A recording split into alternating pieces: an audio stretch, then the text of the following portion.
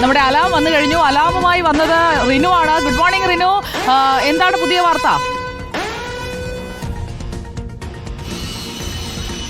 Good morning Sujaya. നമ്മൾ അല്പസമയം മുമ്പാണ് തിരുവനന്തപുരം യൂണിവേഴ്സിറ്റി കോളേജിലെ യൂണിറ്റ് അംഗം SFI നേതാക്കൾ യൂണിവേഴ്സിറ്റി ഹോസ്റ്റലിൽ വെച്ച് ലക്ഷദ്വീപ് സ്വദേശിയായിട്ടുള്ള പിന്നാക്ക വിഭാഗത്തിൽപ്പെട്ട ഒരു വിദ്യാർത്ഥിയെ ക്രൂരമായി വിചാരണ ചെയ്ത് മർദ്ദിച്ചു എന്നുള്ളൊരു വാർത്ത നൽകിയത്. കഴിഞ്ഞ ദിവസം തിരുവനന്തപുരം മ്യൂസിയം പോലീസ് സ്റ്റേഷനിൽ ഈ വിദ്യാർത്ഥി പരാതി നൽകുകയും ചെയ്തിട്ടുണ്ടായിരുന്നു. ഇപ്പോൾ ഇതാ തിരുവനന്തപുരം മ്യൂസിയം പോലീസ് SFI നേതാക്കൾക്കെതിരെ കേസ് രജിസ്റ്റർ ചെയ്തിരിക്കുന്നു, FIR രജിസ്റ്റർ ചെയ്തിരിക്കുന്നു എന്നുള്ളതാണ് ഏറ്റവും പ്രധാനപ്പെട്ട വാർത്ത.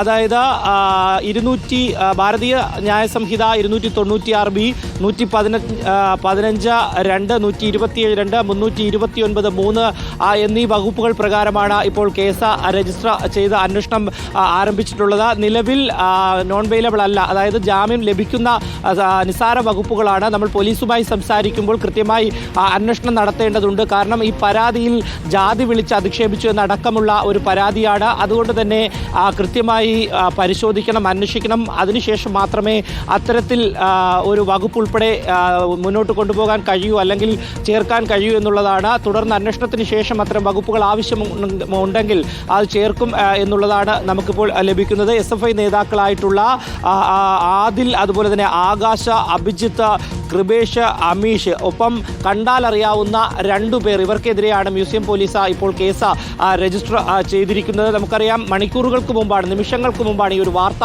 നമ്മൾ നൽകുന്നത്. ക്രൂരമായി ലക്ഷദ്വീപ് സ്വദേശിയായിട്ടുള്ള വിദ്യാർത്ഥിയെ കഴിഞ്ഞ ദിവസം SFIക്കാർ മർദ്ദിച്ച അനസ് എന്ന് പറയുന്ന ഭിന്നശേഷിക്കാരനായ വിദ്യാർത്ഥിക്കൊപ്പം നടന്നു. അവനൊപ്പം പരാതി കൊടുക്കുവാനും മാധ്യമങ്ങളെ കാണാനും ഒക്കെ തന്നെ ഒത്താശ ചെയ്തു എന്ന് ആരോപിച്ചുകൊണ്ട് ഹോസ്റ്റൽ റൂമിലെ വാതിൽ തള്ളി തുറന്ന് രാത്രി 12 മണിയോടുകൂടി, വെള്ളിയാഴ്ച രാത്രി 12 മണിയോടുകൂടി ക്രൂരമായി മർദ്ദിക്കുന്നു.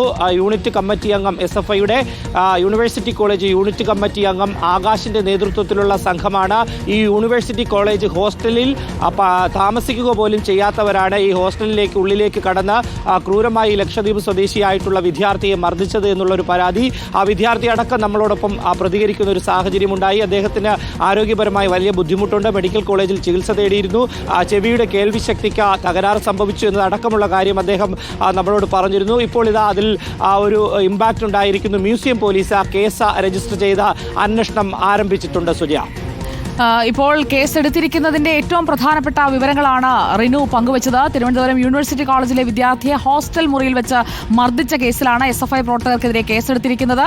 SFI പ്രവർത്തകരായ ആദിൽ, ആകാശ്, അഭിജിത്ത്, കൃപേഷ്, അമീഷ് എന്നിവർക്കെതിരെയാണ് കേസ്. ലക്ഷദ്വീപ് സ്വദേശിയായ വിദ്യാർത്ഥിയുടെ പ്രതികരണത്തിലേക്ക് നമുക്ക് പോകാം, അത് ലഭ്യമാകുമ്പോൾ.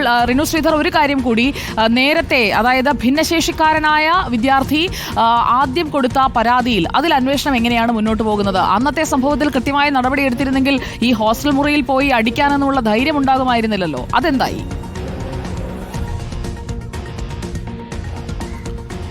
സുജയ, അനസിനെതിരെ, അല്ലെങ്കിൽ അനസ് എന്ന് പറയുന്ന ഭിന്നശേഷിക്കാരനായിട്ടുള്ള SFI പ്രവർത്തകനെതിരെ തന്നെയാണ് ഈ SFI യൂണിറ്റ് കമ്മിറ്റി അംഗങ്ങൾ ഇത്തരത്തിൽ ഒരു ആക്രമണം നേരത്തെ അഴിച്ചുവിട്ടത്. അതിക്രൂരമായി വിചാരണ നടത്തി യൂണിറ്റ് കമ്മിറ്റി ഓഫീസിൽ, ഇടിമുറി എന്നറിയപ്പെടുന്ന യൂണിവേഴ്സിറ്റിയുടെ യൂണിറ്റ് കമ്മിറ്റി ഓഫീസിൽ അതിക്രൂരമായി മർദ്ദിച്ചു.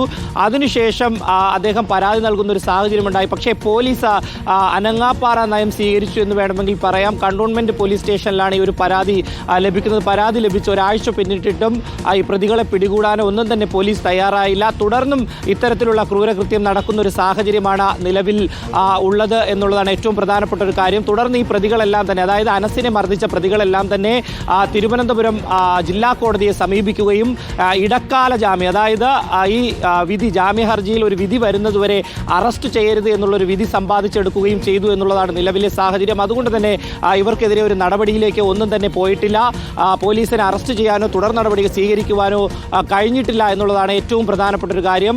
പക്ഷേ മ്യൂസിയം പോലീസും നിലവിൽ അന്വേഷണം ആരംഭിച്ചു, FIR രജിസ്റ്റർ ചെയ്തു. ഇനി തുടർ നടപടികൾ എങ്ങനെയായിരിക്കും? ഈ പ്രതികളെ അറസ്റ്റ് ചെയ്യുമോ, അന്വേഷണവുമായി മുന്നോട്ട് പോകുമോ, അതേ പ്രതികൾക്കൊപ്പം നിൽക്കുമോ എന്നുള്ളതാണ് ഇനി കണ്ടറിയേണ്ടുന്നത്. സുജയ.